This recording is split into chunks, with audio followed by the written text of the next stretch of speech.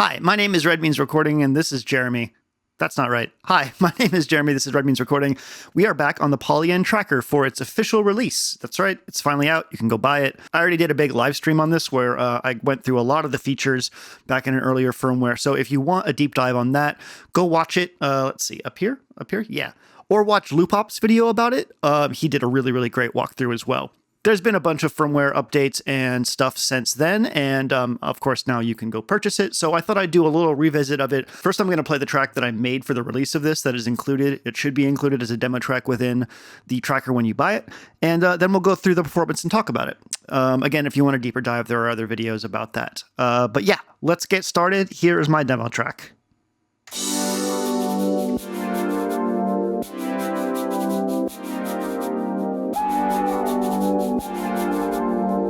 Property.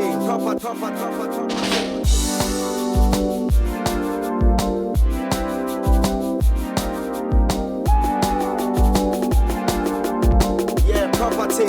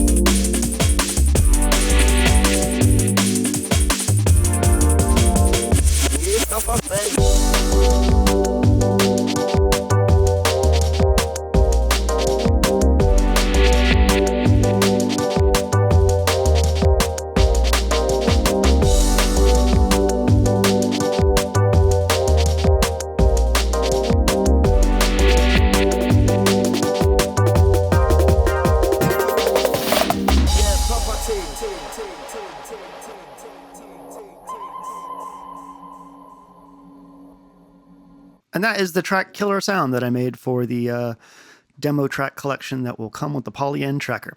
So let's talk about what's going on here real quick. This is song mode. Each one of these up here is a representation of something happening on one of the 8 tracks, whether or not there's information there. And then each one of these is a pattern. You can see over here, there are individual patterns, and sometimes I repeat them, and I'll talk about that in a second. Let's talk about the master section real quick. This is where you can adjust the overall volume of your project, the bit depth, which is pretty cool.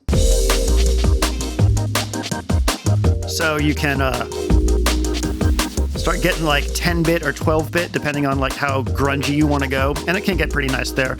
And then we have a limiter, which, depending on how you adjust it, will really squish your sound or help buoy it up a little bit just by like going over some transients. And then the release and attack of the limiter matter quite a bit in terms of how the limiter responds. Let's go ahead and talk about what's going on in the patterns. I tried to be methodical about how I built these things, kind of like I do it with the OP1. So track 1 is generally always kick snare. There's some yard work going on outside, so you may hear some weird sounds. Let's go to Let's go to master and mute everything so we can talk about each part of the thing. So over here, you can see these events going on. I have the whole main drum track on there. You can set instrument types per step. So 14 is a kick, hi-hat is 16, and then snare is 15. So yeah, you can just go here and build like a full drum kit on each step if you want to. They will choke each other. They will, that sounds kinky. They will turn each other off. They'll mute each other when they play. So just keep that in mind. It's much better to use it for short things, or just keep in mind that it will cut off the previous note. Let's go back to master and unmute the second thing. This is what I used for my breakbeats, and you can slice things in the Polyend Tracker, which is pretty cool. So if I go into the sample playback for this, I have all these different sample playback modes. Oh, they added a beat slice. I wonder what the difference between those are. Anyways, I had the slice was the only one that was there before. So I had hit slice, I had hit auto slice, and then I went through and adjusted my my in and out points. You can select slices by moving this around. See, you can selecting slices now, and then I can adjust the in and out points, and I can actually zoom in too, which is pretty nice. Very responsive screen, very good. One of the feature asks for this was to adjust the way the transient detection went, because it was a little early, I think, or late, and it would pick up the tail end of the previous slice. So hopefully they fixed that. They've been doing a ton of work behind the scenes, lots of bug fixes, lots of feature requests. So that's been really cool to see. So this is a slice, and once you have it in your pattern, you can see this effect type over here. All these 2 columns over here are effects, and one of them happens to be slice. So you can do that, and then the value that you put next to it is the slice of these slices right here. So these are my breakbeats, and slicing through, just making a new pattern out of them. And you can see down at the end that I used a reverse.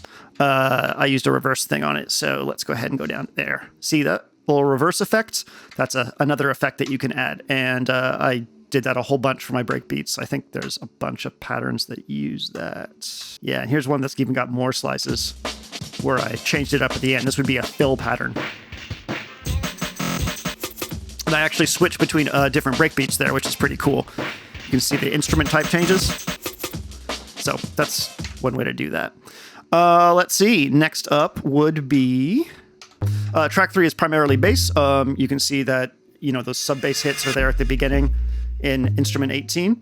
And then right here, when the bass cuts out, because this is a fill pattern, I have a different instrument. I have a reverse cymbal, and you can hear that there's a stereo delay on that reverse cymbal because they added a stereo delay. See, delay send right here. Pretty dope. I'm not sure what happened to the reverb. There used to be a reverb. It wasn't very good, and I know they were talking about rewriting it, so I'm sorry I didn't do my research into that going into it, but having a delay send here, especially a stereo ping pong delay, is really, really dope, and I went back to this pattern after I realized they had added this and added a stereo delay to a lot of different things. You can adjust the delay here, which is really, really cool. So it's just really, really useful to have that because otherwise you had to take up steps. You basically had to program a delay, and I actually did that a couple times, and I'll show you how that works. So next up would be, in this case, I used this for wavetables. Let's go back to the pattern and change it to like, that's some buildup.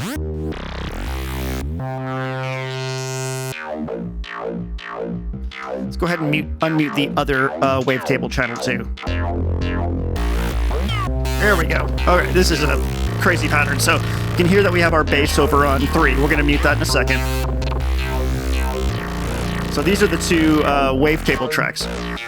So if I go into the instrument parameter of this, you'll see what's going on. That's 21. Let's see. Instruments. 21. Spectral growl. So this is a wavetable. I've used an LFO to travel through the wavetable position, which is giving it all kinds of modulation through that growly wavetable. And also, you can see that I have adjusted level in different places. And let's see, what is FX1 there? Glide. So I'm gliding through different parts of it as well to get just a really dynamic... What is L? Oh, low pass filter. Yeah. So I'm adjusting the filter cutoff throughout as well. And then R2 there is roll. So I'm doing a little quick roll on it and adjusting the low pass filter just to get cool glitchy stuff.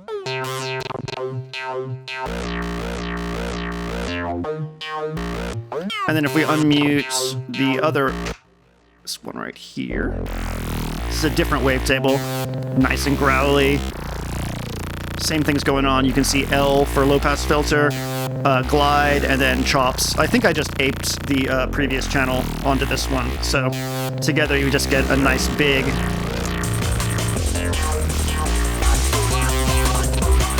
There we go.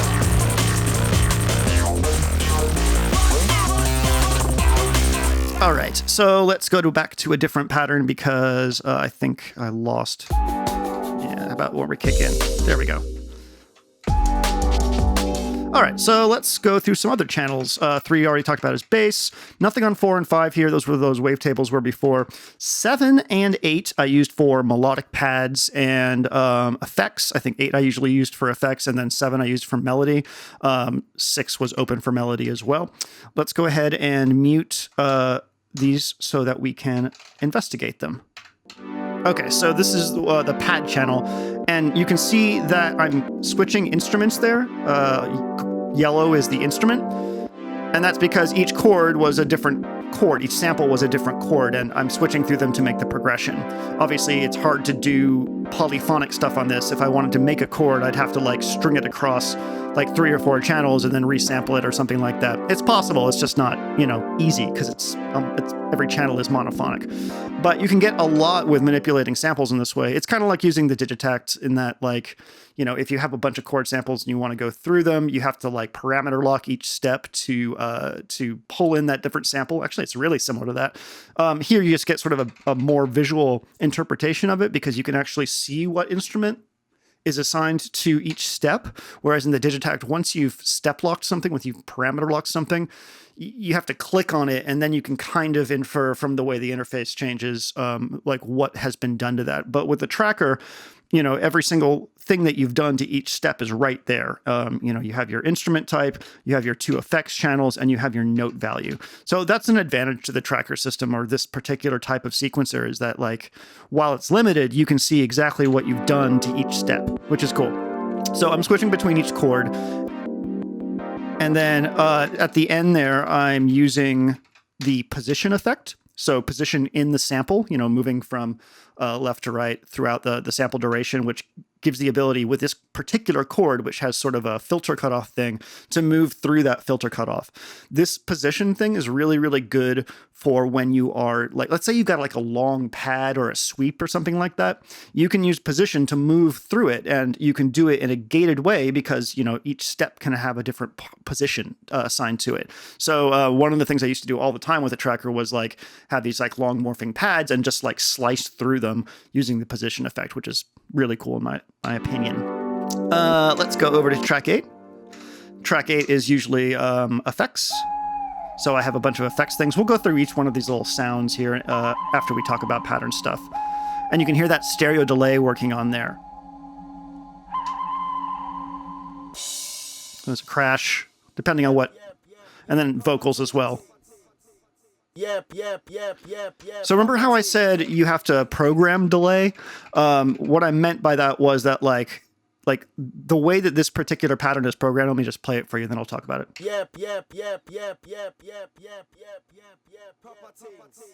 Okay, so you can hear that stereo delay, which is an actual effect, you know, a master effect playing on that. But I've also, each step here is lowered in volume. So you can see that V, this little effect here, is the volume effect. So the intention with this was each step would be sort of like a step in a delay. And using the volume, I can go down each step until it fades out. So you're sort of like faking a delay or faking an echo, which is a really, really common technique in this kind of thing. If you want to get more complex, and I've seen this in trackers, you know, if you want to get more complex, and I've seen this in like LSDJ and Game Boy stuff quite a bit, if you want to like fake a reverb, actually it's more like faking a delay.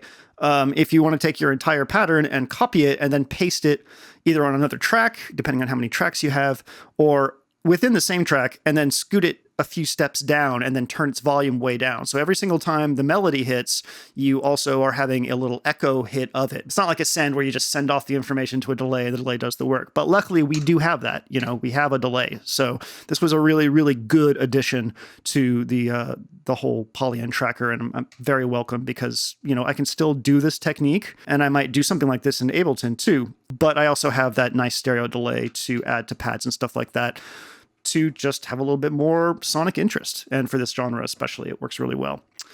So those are the way that I used each tracks. Let's go ahead and unmute this stuff so we can see if there's anything else worth talking about. 7 here is an example of a sliced pad.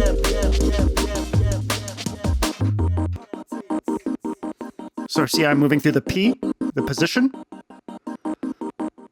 That's exactly what I was talking about earlier.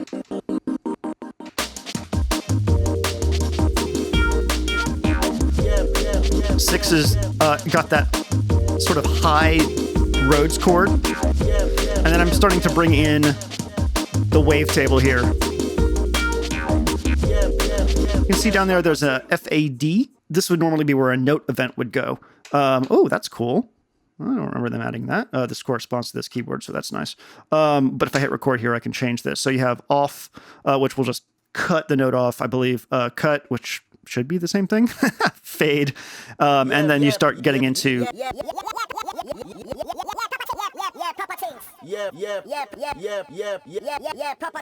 Then you start getting into note events, like I just showed you. But we want fade here because we wanted that note to fade out. We don't want certain notes to just continue to the other pattern. So adding cuts and fades and offs to the beginning or the end of your pattern to help choke notes that you don't want to continue going through to the next pattern is a good technique. Let's see. I guess this is a good time to talk about like how I also approach song structure for the tracker. So we're back in song mode where you chain your patterns together, and you're going to see 1, 2, 3, 4, 5, 6, 5, 7. So this is a good example. 5, 6, 5, 7. We have the bass pattern.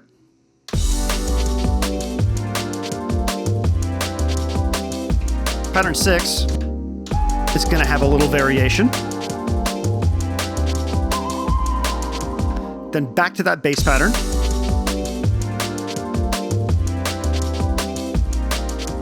And then this will be the sort of outro pattern, the fill pattern that goes into the next section. The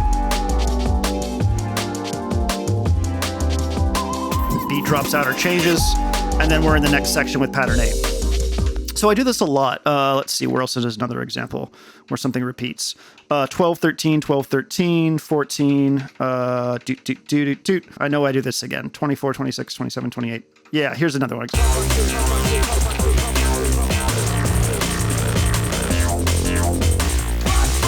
Variation.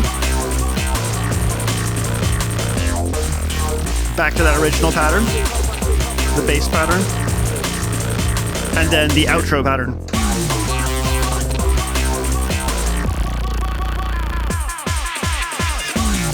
So that's when I'm making like electronic music or techno music or what, you know, EDM, whatever the fuck you want to call it. That's kind of a big way that I rely on getting through sections. I'll have a bass pattern, a variation pattern, back to the bass pattern, and then the outro pattern. Let's just take a look at how instruments work real quick.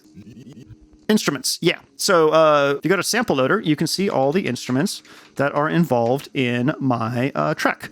Over here, you have access to your SD card stuff. I have a whole bunch of samples on here. Over here, you have a memory gauge of how much RAM in the device you've used for the particular project, and you can have up to 48 different instruments per project. So these are all the samples that are I've used in my project. Is there a preview? Yeah. So you can load things in here. You can rename them. These are all the individual instruments, and I'm just showing you these so you can sort of get a sense of like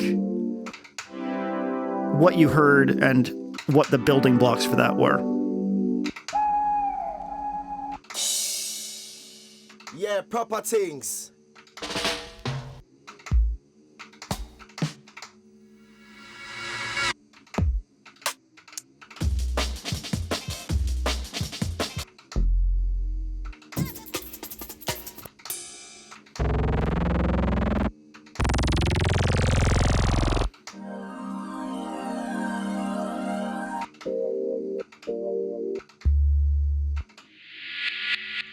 Bad boy sound. I want to forever kill a son.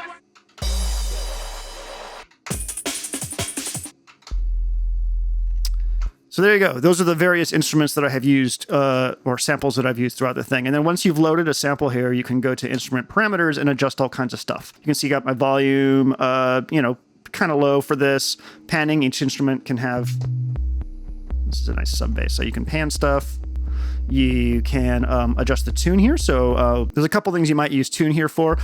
In this case, I wanted the bass note of this sub bass to be the bass note of my project. So I tuned it up to 7. The other thing you might use this for, and you have coarse tune and fine tune, is because there's no time stretching on this, if you bring in like a breakbeat or any sample that's timed to a tempo, you can come in here and adjust its tune, which obviously will repitch it, but it will also get it into the time that you want. So you can use this to pitch up breakbeats to jungle territory or something like that, and it will just be baked into the instrument when you put it into the tracker pattern. Of course, all of this stuff can be adjusted in the effects, which is really useful. So coarse tune, fine tune, and then over here we have a filter. So we have 3 different filter types: low pass, high pass, and band pass. Only one can be accessed at a time within this, but you can access all 3 filter types as an effect. You get the idea. You can actually access these differently, but this is sort of what's baked into your instrument, which is really nice. Resonance for the filter, and then delay send, which I need to experiment a lot more with because it's a really nice delay, and stereo delay goes a long way in making sounds interesting. If you hit instrument parameters again, this is the modulation section. So you can modulate the volume, panning, cutoff, wavetable or granular position, and fine tune with your choice of envelope or LFO. And there are 4 LFO types. Rev saw is going to be like zwoomp, which can be used as a sidechain sort of if you dial in the right amount. And they've added a ton more timing options here for the LFOs. They were like, I think they topped out at like 8 before, and now you can go a lot slower. So that's really good. You can obviously see that these are synced to time divisions, which is really nice. And then you have the amount, and the same thing for the envelope. You can choose the amount that the thing is being modulated by this particular thing.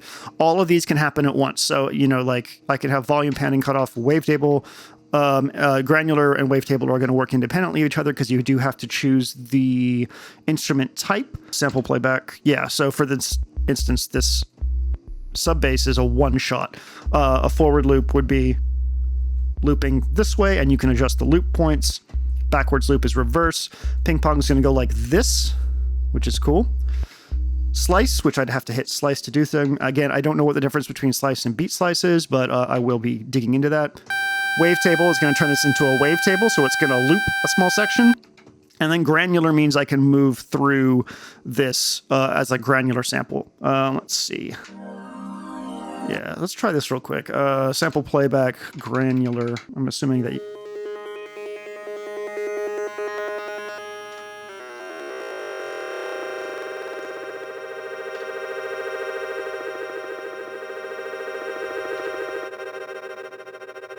Well, that's really cool.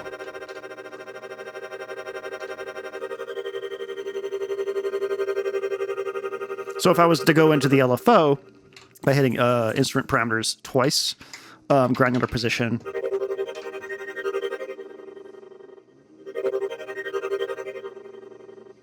and then go back into sample playback, you can see that that LFO is now affecting that there. So we're a little out of bounds for what the limit of the LFO can do. So let's go back to that and go back to sample playback. And now we can see the longer we hold it down, the more it's going to go down there. So that's really cool. That's super cool. So that's something I will probably experiment with more because I'm a big sucker for granular stuff. Obviously, you're not getting like multiple grains here, so it's not like Ableton Granulator 2 or a lot of the granular things where you're going to get interesting additional grains off of the single sample, but you do get to treat it in a granular sense, which is nice, and it sounds pretty cool. So, what else? We already talked about this. I guess let me just show off the wavetable directly. Let me go to a wavetable instrument. It's all together now, man. In this case, this LFO is affecting the wavetable position. And you do have the choice of window size, which is really useful. You hear that rev saw if I was to go over to volume. Yeah.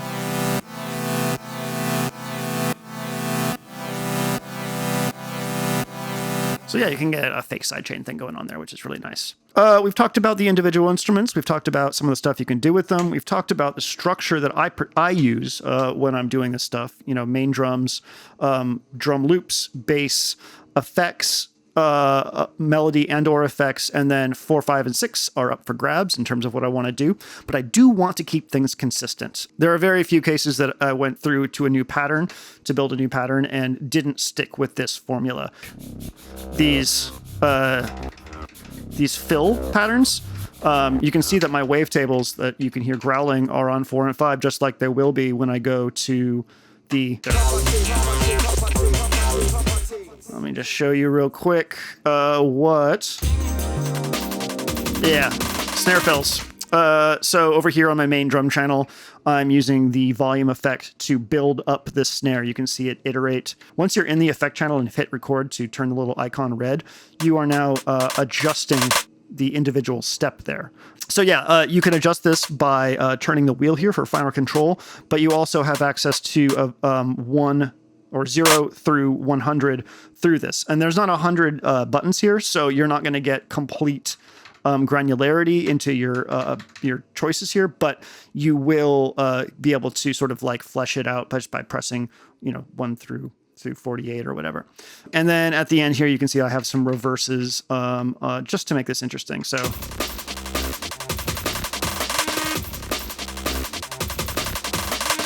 just something to keep in mind when you're making patterns, how you might want to do stuff. And, it's a little time intensive, but once you start jumping around and figuring this thing out, it's actually pretty fun. I'll do some videos at some point making a track from scratch on this because I think that'd be really cool. And yeah, that's all I have to say about this. This is the Polyend Tracker. It's out now. My demo track is in it. If you get it and you remix my track or something like that, send me a link or something. I'd love to hear it. And if you have any additional questions about the tracker that haven't been answered by a Loop Ops video or the live stream that I did, both links are in the description, then feel free to ask.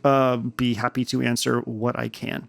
If you like what you've seen here, give the video a thumbs up. Maybe subscribe if you want to watch more videos like this. I do all kinds of music tech stuff on here. If you'd like to support the channel, I have a Patreon, and the link is in the description. All that good stuff.